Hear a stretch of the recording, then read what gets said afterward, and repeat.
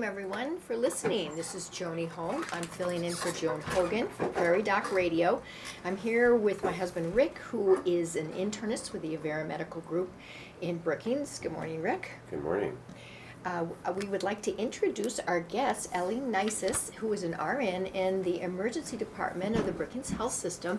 And today we're going to be talking about emergency care, rural medicine, a variety of topics along that line. If you would like to call us with your question, please call us at 692-1430.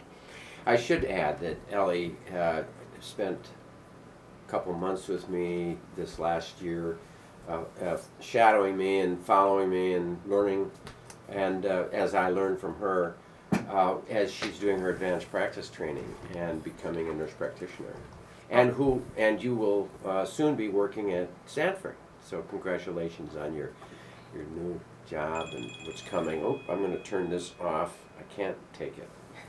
But we're glad to have you in the emergency room for the time being, and you have that expertise, that perspective of a person who works in the emergency room. And we're going to have rural healthcare show tomorrow night, and that's why we're talking emergency care and emergency room stuff today. And we are a somewhat rural community. I mean, I guess you could say we're urban in a way, but the ER, and you can speak to this, Ellie, but we accommodate Esterline, Arlington, White, and areas that are rural. So how long have you worked in the emergency room? I've worked in the Brookings Emergency Department for 4 years, and I just want to go ahead and thank you both, Dr. Holm and Joni, for having me here today. It's a very important topic that we're discussing. We certainly service a lot of rural communities, even though Brookings is kind of a hopping little South Dakota town. We have a lot of wonderful EMTs that volunteer out in our rural communities, and they do respond to your 911 calls, as well as our EMS services right here in Brookings. It's something like 75% of all services provided in rural communities, like I need to turn this off. The smaller communities. Like fire and ambulance and all that is generally provided by people Volunteers. who are volunteering. And how great is that for our communities? And we thank the volunteers, people who do good things. And No, that's not the case here in Brookings. That's Correct? right. Tell us a little bit about who takes care of our emergency services. Yeah, the Brookings ambulance service is they are paid. These people are doing it as their career. They're highly trained. We have the EMT, which is the same provider level that you would have in the rural ambulance service, but the Brookings ambulance has a paramedic and an EMT on every rig. They are highly trained, highly specialized, and highly talented people. We're very blessed here in Brookings to have some paramedics that are just rock stars. So explain that. People have first aid training, that's one level. There's another level, and then there's EMTs, and then there's a paramedic level. Explain the transition and why. So the EMTs, they're trained in basic life support, so they are able to administer basic life-saving measures, CPR, oxygen, stabilize a wound, and get you to the hospital. Now the paramedics are much more specialized, where they can make major decisions about your treatment, what medications you receive, do more advanced life-saving measures, such as if you can't breathe on your own, they could intubate you. Which means? To put a tube down the trachea, so if someone isn't breathing on their own, we can breathe for you by putting a tube down and using a bag to ventilate, which means to give breaths to a patient. So the paramedic is that advanced the level. paramedic is at that advanced level where they are able to make major decisions out in the field, without a doctor telling them what to do. They know exactly what to do. Right. And when they arrive at the emergency room, then your job as the nurse and the other staff, and are we always staffed with a physician in our emergency room? No, we're not. We have We advanced always- practice. Yes, we always have a provider there 24 hours per day. We have 2 physicians and 1 coming on board soon, so we have 3 medical doctors who's in the that? emergency Do you department. know who the new doctor coming on board? I know he's coming from Watertown. I don't know his name off the top of my head, but he comes with a great deal of experience and highly regarded. So we'll have the 3 doctors in the Brookings Health System Emergency Department, and we also have 2 physician assistants and 1 nurse practitioner that work there, and they are all They're absolutely superb. wonderful. Yes. Yeah, I would say that it's probably the hardest job to be a care provider in the emergency room, because not only do you need to have an immense talent knowing when this is something that needs to be pushed fast, to recognize all of these emergent Problems. and severe problems, but also to understand the psychological part of it all, because there is a huge emotional component of working in the emergency room. So my sense, and then after you do the workup, the question is, how much workup do you do? How far do you do? How much do you spend? And how aggressive are you? And including the very elderly or people who are certainly dying from whatever it might be. How aggressive are you, or when is it time to quit? That's a more difficult question. And Joni, you're waving at me saying we need to take a break. We need to take our first break. Thank you again for listening to Prairie Doc Radio. We will take your questions at 692-1430, and we'll be right back after this message.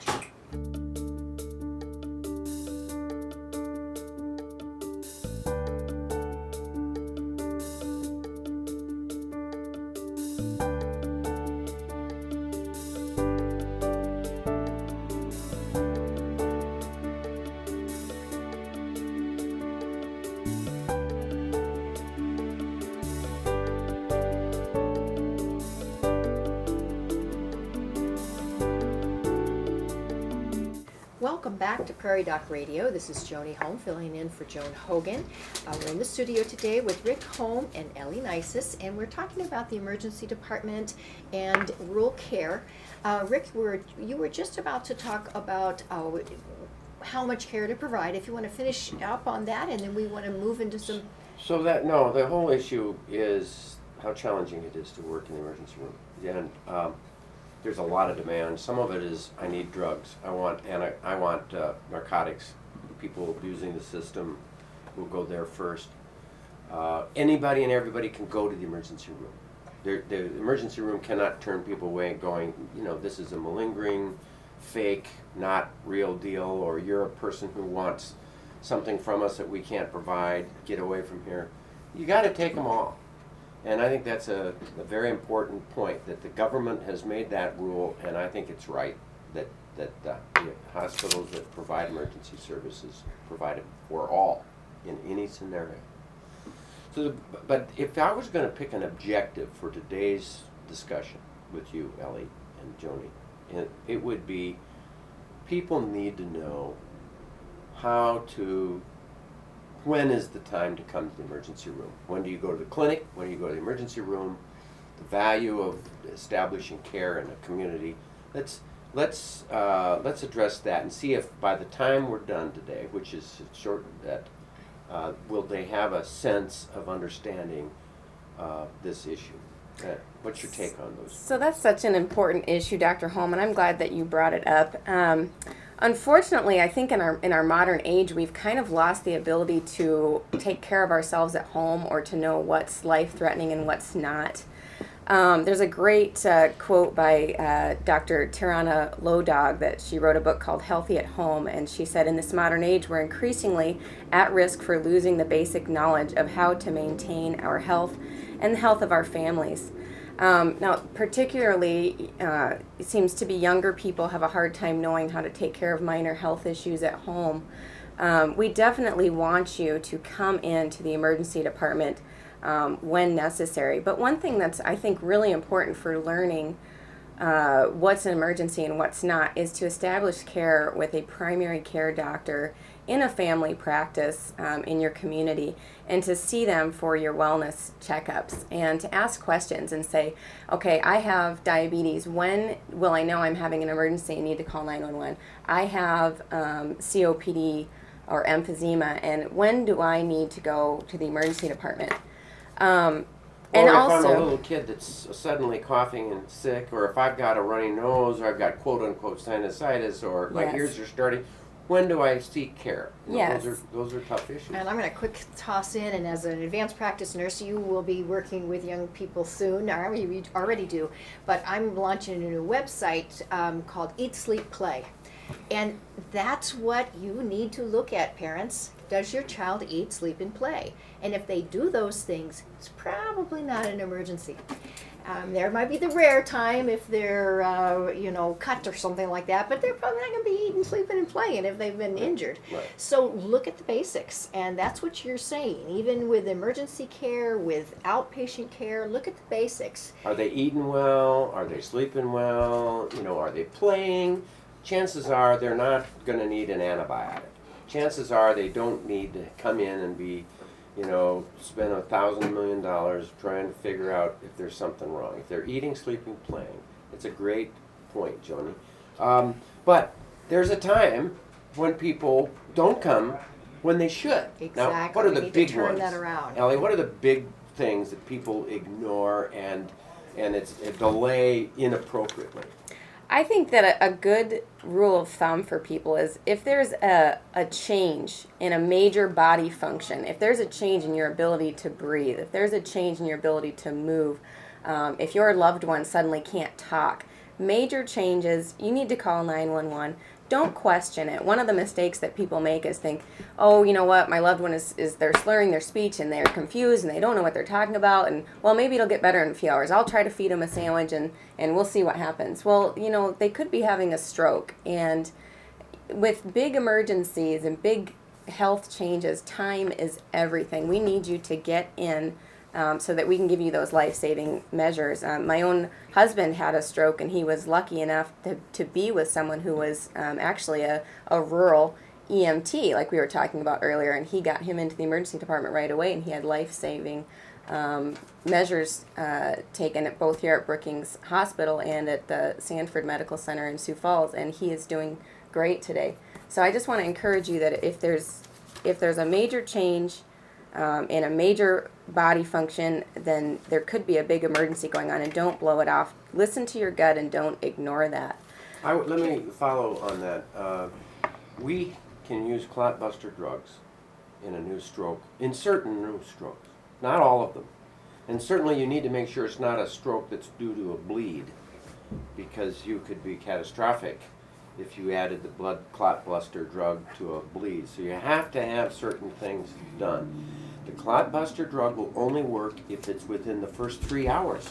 That's right. So if you go, oh well, we'll give it a couple hours. By the time you get in and a CAT scan and all is done, and you've gone the 3 hours, the stroke is permanent. The clot buster drug won't make a difference. Now that goes also for an acute myocardial infarction. If you can catch it at that very Heart first, Heart attack. what did I say?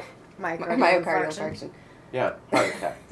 Yeah. Our I'm sorry, listeners may metaspeak, not yeah. understand. If you have an acute heart attack, sudden onset heart attack, they can reverse that heart attack by certain measures. Sometimes it's clot busting drugs, sometimes it's angioplasty within the first 3 hours. Yep. Again. Yep. And we also want to make note to our women listeners that the signs of a heart attack are not the same always in a man and a woman. So if a woman is having pain in her neck or pain in her back and it has an acute onset, which means it came on suddenly, and maybe you have some shortness of breath, or maybe you're sweating or nauseous, that could be a heart attack in a woman. So it'd be worth learning the different signs. Now there's the real challenge. There's because a that challenge. same thing can happen with a diabetic or an old person. Yep. They may not have the crushing substernal chest pain that radiates into the neck and down the arm. They'll have something else.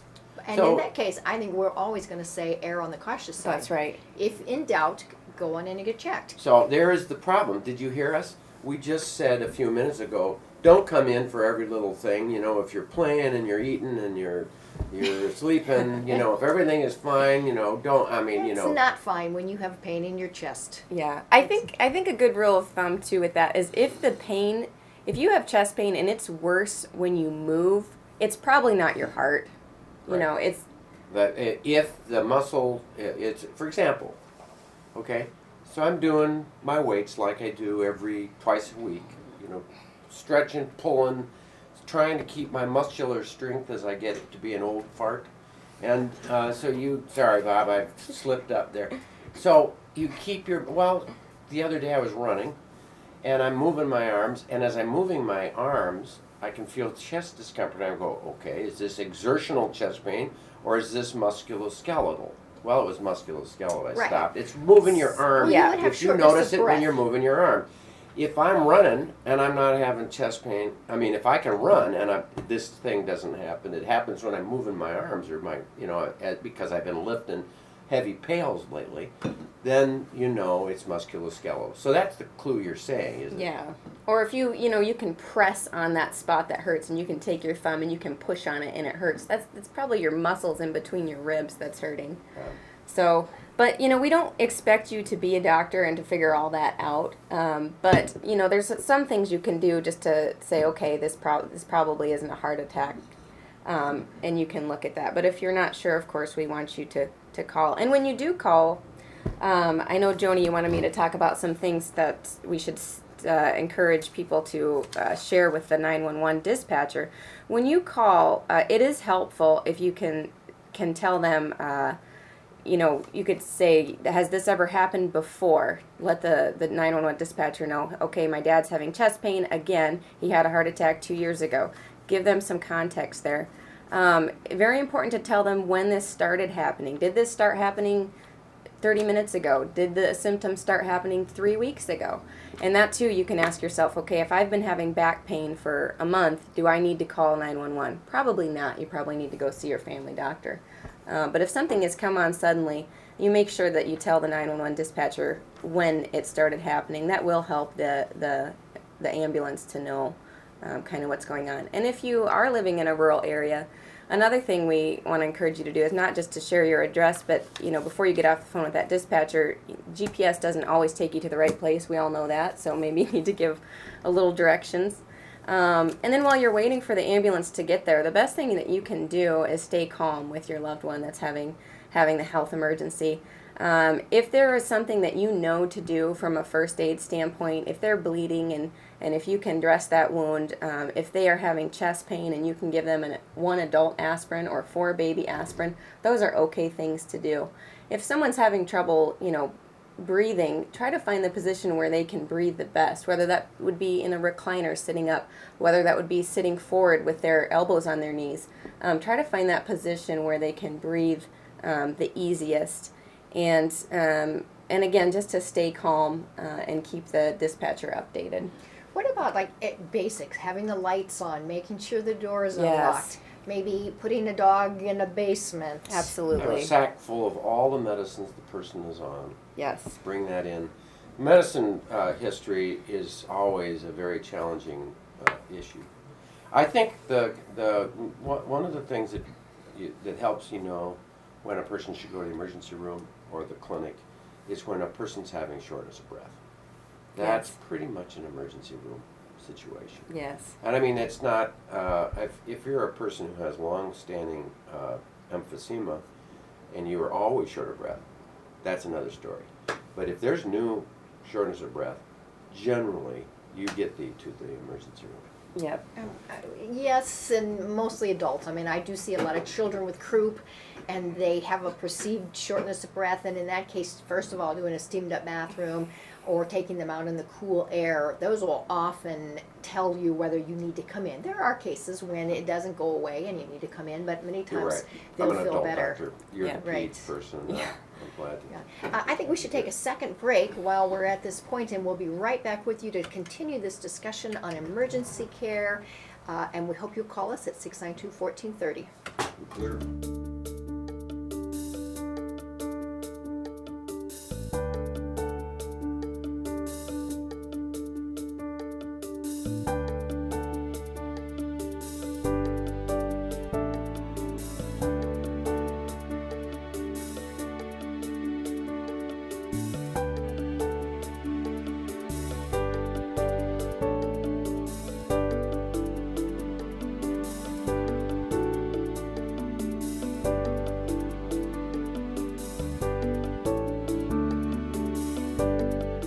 welcome back to Prairie Doc Radio. This is Joni Holm filling in for Joan Hogan.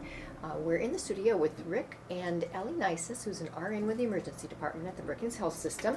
And we're talking about different emergency care and acute care, and as well as primary care. When do we need to see our primary care provider versus coming into the emergency room? Let's talk about fevers. Now, I'm going to Let's. talk in the perspective of an adult. Okay? A person who has the most common cause of a fever is a viral respiratory infection.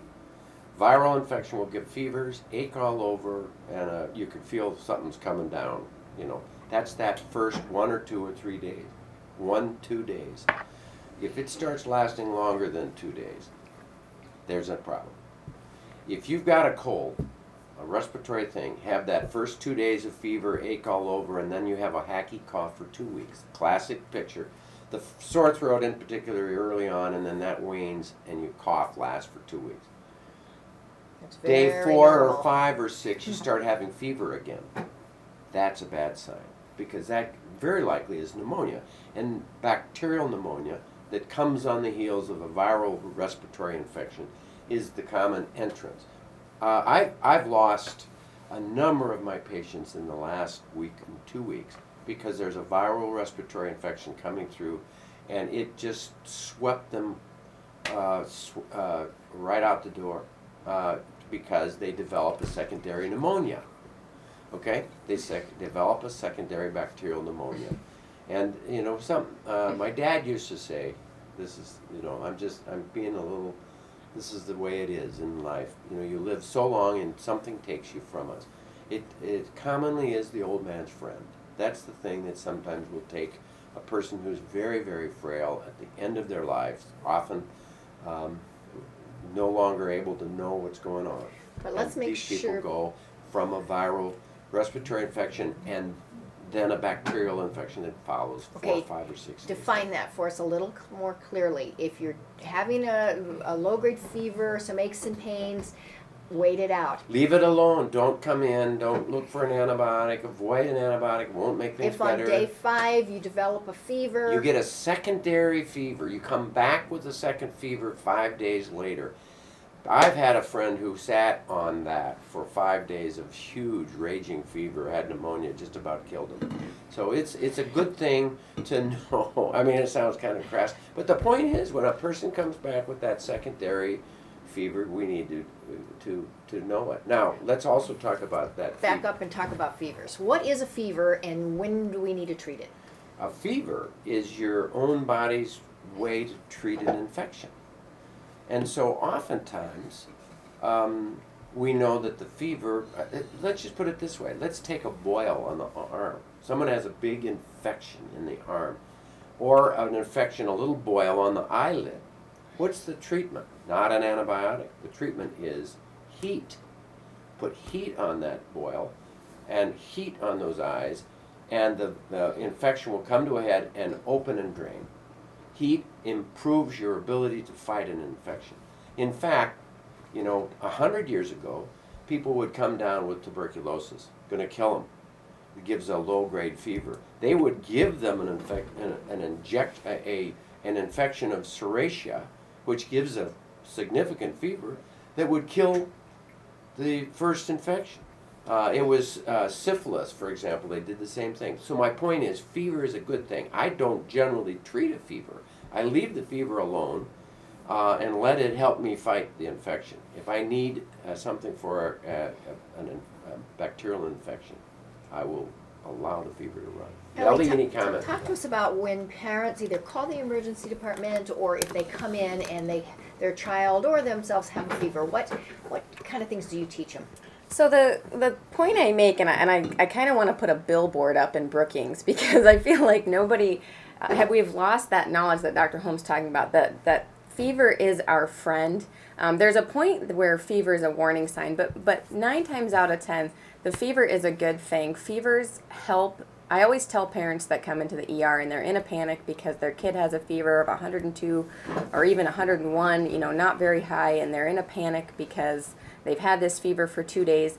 Kids get fevers, and they aren't like adults where Dr. Holm was talking about, if you have that just for a couple days and it keeps going, we need to look into it. But kids can have these fevers that go on for 4 or 5 days or sometimes longer, and it's just a minor viral illness. But the fever helps the immune system to ramp up, and fever causes a virus to unravel.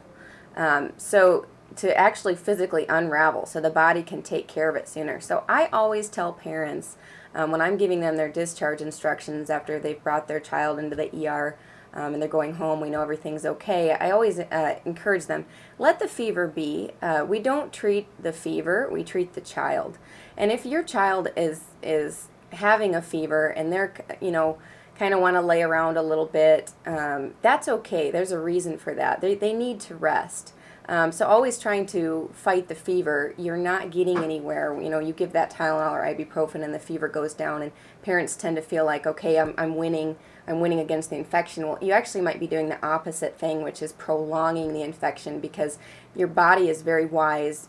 You trust your child's body that it knows what to do. That fever is a good thing. You don't always have to treat it. But when they're so uncomfortable, this is the guide I give parents, and maybe you can add to this, Joni, but if that child is so uncomfortable with their fever that they won't drink, you need to treat it. Go ahead and treat that fever. Get that fever down so that they will drink. The most important thing you can do when your child is sick is to give them comfort, snuggle with them, let them rest, let them sleep, and make sure they're drinking. If they're not eating, we're not worried about that. Kids can go days without eating a thing. But make sure they're drinking. Make sure they're peeing or having a wet diaper at least every 6 hours. If they're going longer than that, you need to bring them in to get them checked out. Do you want to add to that, Joni? I think that's exactly right. I tell parents that the fever is fine, but to treat if the child is so uncomfortable that they're not eating or sleeping or drinking or sleeping, because I totally agree with you. The food is not important, it's liquids. We just want to make sure the children are still drinking and having the wet diapers. Mm-hmm. And the height of the fever is not important in kids. Absolutely. Parents think, okay, my kid's got a fever 103, they're going to get brain damage. Absolutely not. They are not. No data on that. No data on that. I have a 2-year-old. I don't treat his fever until he gets to 104. And when I tell parents that, they about fall over. But he is fine. Like I said, the body knows what it's doing. I think it's too bad that our society, and I would include healthcare providers somewhat, that we do freak out a bit. I remember taking a child's temp in the clinic, and I'm not sure why I did versus the admitting nurse, but it was like 104 or something, and I kept my cool, but I did go get some Tylenol because we're just trained in our minds, and we think that high fever, but Well, in general, no, it's not the height of the fever. That addresses the question about fever-induced seizures. I mean, people, particularly with little kids. Now, I've heard, tell me if I'm wrong, it isn't the height of the fever, it's the change of the temp. Yeah. And if we're treating a fever with Tylenol, the fever hits a certain point, we treat the fever, the temperature drops, and then it climbs again Yo-yo. 3 hours later, and it's that up and down that makes the kid more uncomfortable Absolutely. and puts them at risk for seizures. I guess I would, if there was a seizure, I would keep the temperature down by every 3 to 4 hours Tylenol, but for a while. So your take on that? There's no evidence that the height of a fever or how high a fever is what causes a seizure, like you just said. It's the evidence shows, research shows it is the rate of change. So like the point we've been making, if your child has a fever, let it be. If they're not drinking, treat it. And if it's going on for a long period of time and they seem to be getting worse rather than better, days and days, have them checked. Go to the clinic. But that first day, first 24, 48 hours, as long as they're eating, sleeping, playing, We're good. they're probably fine. We got Now, 30 seconds We left. are running out of time. So Tomorrow why don't you- night, we've yes. got a fabulous show with Joy Falkenberg, who is a rural doc from Custer area. She's a rancher woman, great personality, wonderful knowledge. It should be a great show tomorrow night. So please watch On Call with the Prairie Doc tomorrow night at 7 o'clock, South Dakota Public Broadcasting. Ellie, thanks so much for doing this. And Joni, when is Joan back? Next week? I don't think so. I can't I don't remember. know. And Bob shrugs his shoulders. So, well, Joan is listening. Hello, Joan, and we'll be happy to have you home. Thanks, everybody, Thanks for listening. and stay healthy out there, people.